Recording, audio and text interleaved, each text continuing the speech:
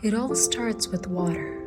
The water flows slowly, and when the current's force picks up, it bypasses mountains and rocks, caresses the land, and gradually erodes it.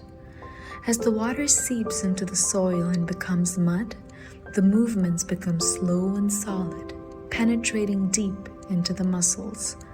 The soil, with potential, awaits the first ray of spring sunshine, allowing the body to root like a tree and sprout at any time.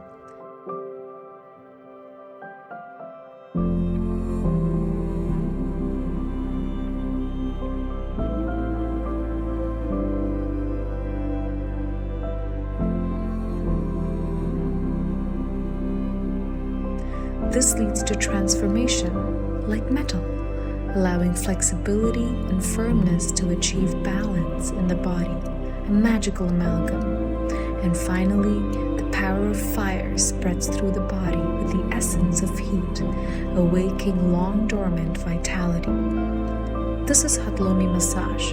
It restores your body and mind, promotes the circulation of qi, helps with sleep, and finds balance in nature through the mutual support and constraints of all the elements: water, earth, wood, metal, and fire.